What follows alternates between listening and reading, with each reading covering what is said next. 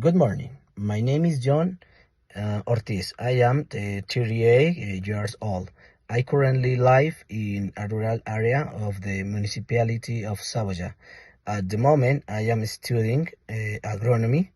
My hobbies are playing the guitar and reading because like learning new things every day. My daily activities are the following.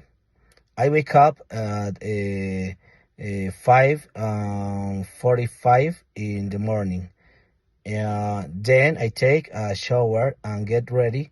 I also bath my son and help him get ready to go to school. Then we have a breakfast and we leave home. We go in our car to his school. After that, I go to my workplace. I leave work at noon to pick him up so we can have lunch together. Later, we meet with my wife and my daughter, and we share lunch as family. After that, I return to my job, and that is basically my day. Thank you very much.